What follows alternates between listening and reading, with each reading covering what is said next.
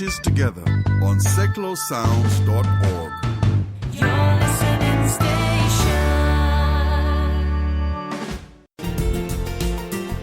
You can contact us or just keep up to date with travel news at facebook.com/John Guinn Travel Show.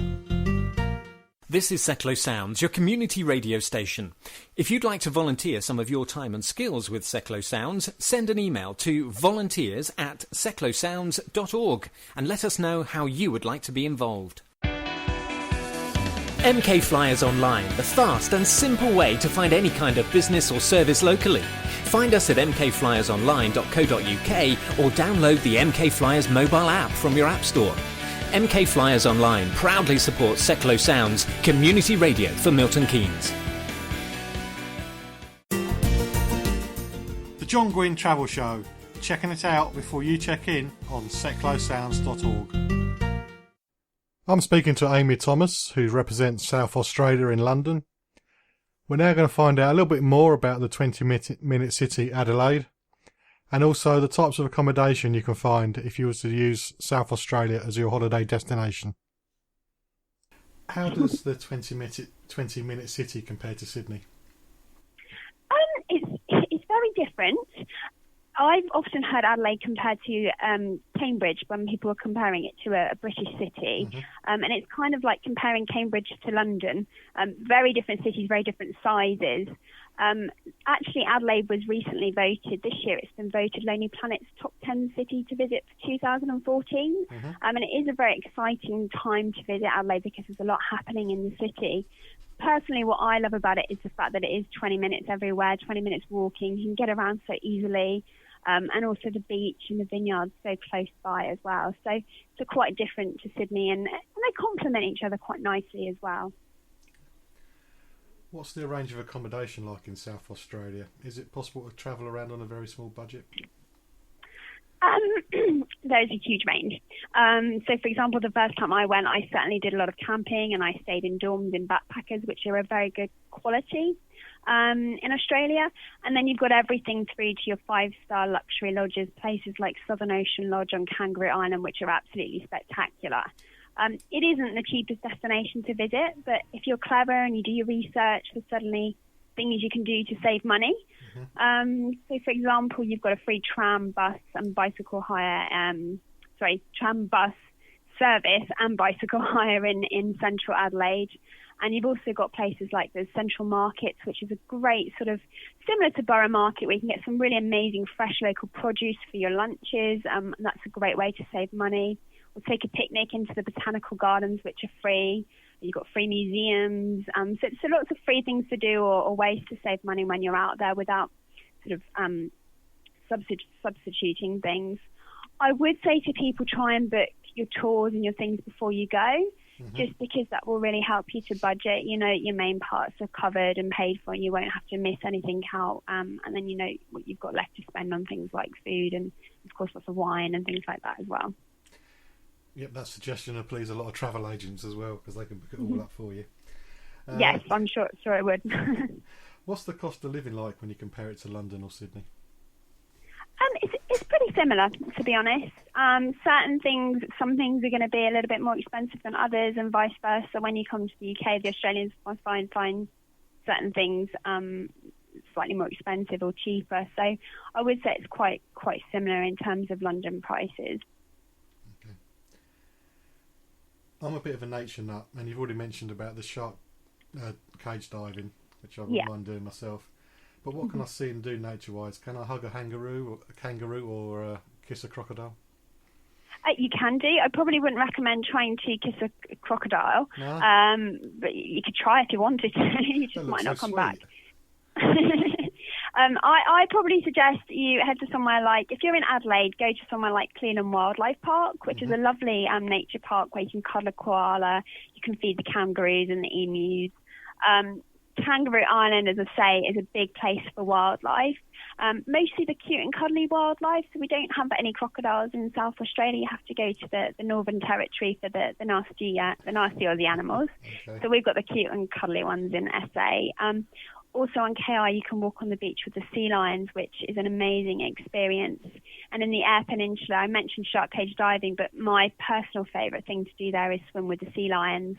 They're like little puppy dogs. Everything you do, they copy. You end up looking quite silly in the water because you're clapping and swirling around, but it's an amazing experience. And the Flinders Ranges as well, you've got animals like the yellow-footed rock wallaby, which is very rare, and lots of bird life in the whole of South Australia. We do get a lot of people from the UK going out to South Australia to see the birds because there's some really rare species out there. I forgot all about emus. Yeah, I'd like to see emus as well because they're really good Yeah, you characters. definitely see them out there. Head for the Flinders Ranges for those. On a serious subject, I'm a cider drinker. Right. I'm not really into wine, but would you say there's a winery that would suit my needs? Definitely, but I mean, if you're into your cider, we're big on food and wine, but we're also big on beer.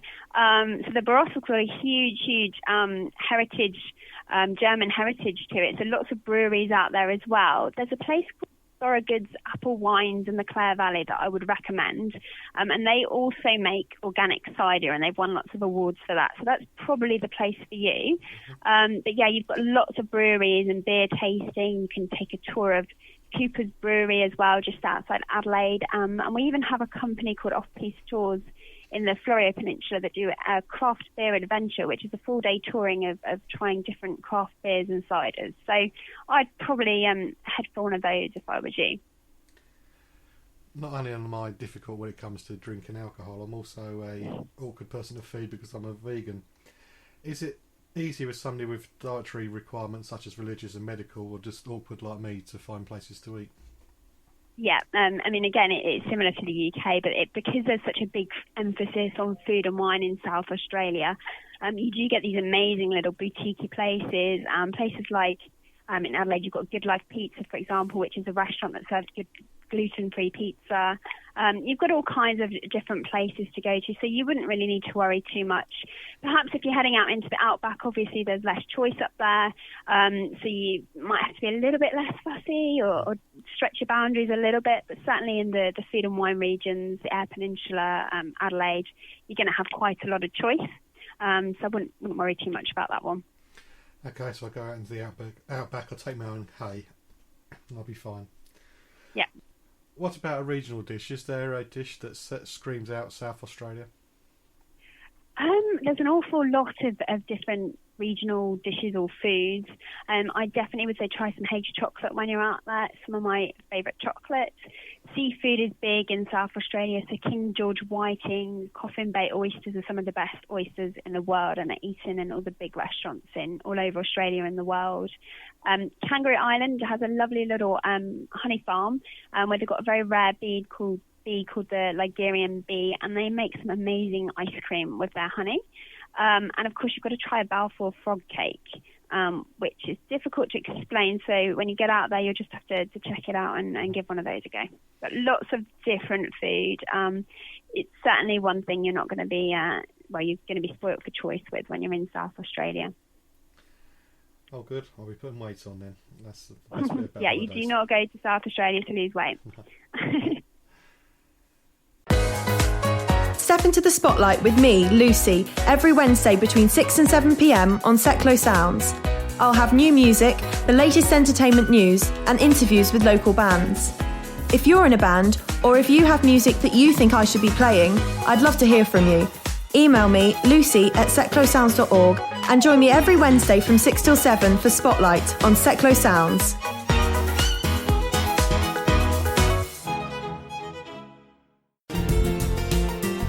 You can contact us or just keep up to date with travel news at facebook.com/John Guinn Travel Show. Before we get to the travel news, reaching the conclusion now of my chat with Amy Thomas from the South Australia Tourist Board, we're now going to find out a little bit more in detail with some suggested itineraries, whether you can do the Outback on your own, and also what sort of festivals could you experience if you was to pick the right dates when you pop down to South Australia? We've already touched on the Outback. Is it something you can do without a guide? And what's the night sky like? It's definitely something you can do without a guide. What I would say, of course, is to make sure you're prepared, make sure you refuel at stops, take a bit of extra water, stick to the route, read the road signs. If a road's closed, it's closed for a reason. And of course, don't drive at night because there's a lot of wildlife in the outback, and of course, you don't want to hit it. Areas like the Flinders Ranges, which I touched on before, and also the Explorers Way, which is a road that goes all the way from Adelaide all the way up to Darwin, cutting right across the middle of Australia. That's all fully sealed and signed. So as long as you're following the road and sticking to the sealed road, you're absolutely fine there. But I would just make sure you do a little bit of reading up on it before you go, just to make sure you're comfortable with that. Of course, it's left-hand side of the road as well, so you don't have to worry about driving on the wrong side or anything like that. And with regard to the night sky, of course, it's amazing. You just see all the stars. You get your little campfire going and just relax. I definitely say if you're interested in the night sky and the stars, go to Arkaroola in the Flinders Ranges. It's a little bit further north than Wilpena Pound, which is sort of the focal point of the area. So it's a bit further north than that, but they do have the largest privately owned telescope in the Southern Hemisphere. And from there, they'll take you at night and you can actually see the surface of the moon, the planets, and it's a pretty amazing experience. Yep, something else to put on my bucket list now. That sounds really interesting. You've already touched on that there's festivals in Adelaide, but what annual events and festivals do you get in South Australia? We've always got events in South Australia. Actually, on our website, we do have a link to a full events listing because there's literally something happening every week. Of course, we've just had the Ashes, which we said we weren't going to mention, but that, of course, is in Adelaide. And also, we've just had the Tour Down Under just last week. So that was televised in the UK. So hopefully some of you would have seen the sunshine in South Australia then. A big event we have is the Fringe Festival. It's actually the biggest fringe in the Southern Hemisphere. So we have over 900 events for this festival, 4,000 plus artists, and that goes all the way through from mid-February into March. So that's definitely one to have a look at. And do check out the website and have a look at the events that are happening if you're planning to go, because you might want to buy tickets to the events and really make the most of the events and make sure you're there on the right days so you can see them all. What is the website? It's very good point. It's www.southaustralia.com. So very simple. Something even I could remember.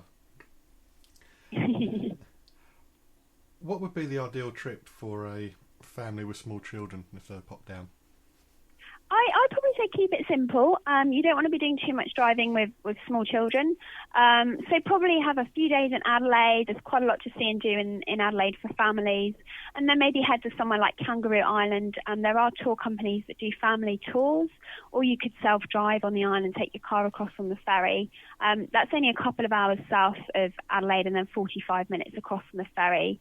And they can do all kinds of things there, like, as I say, walk on the beach with the sea lions, see the wildlife. They can go sandboarding, and they can see the dolphins. They can actually swim with the dolphins on the island there. So quite a lot to do there. And then depending on the type of children and the age of the children, certainly the Flinders Ranges would be a great outback experience. It's not too long to drive. It's about 4 or 5 hours, but can be easily broken up. So it's a good way to take them out into the outback and give them that experience. And also the Eyre Peninsula, if they like their being in the water and splashing around, then there's certainly some great activities you can do there as a family. What about a couple on a honeymoon? Is there something romantic they could do? Lots and lots of romantic things. The Outback for me is just a very romantic place. We talked about the stars and the campfires, and it's just a beautiful place. Kangaroo Island, and you've got, as I say, some lovely accommodation that people can stay in there as well. There is an awful lot of romance to be had in South Australia. So yeah, definitely recommended for a honeymoon. There are some sort of travellers that just want to go somewhere to tick it off their list. What itinerary would you recommend for this kind of traveller to make sure they get the most of a quick visit to South Australia?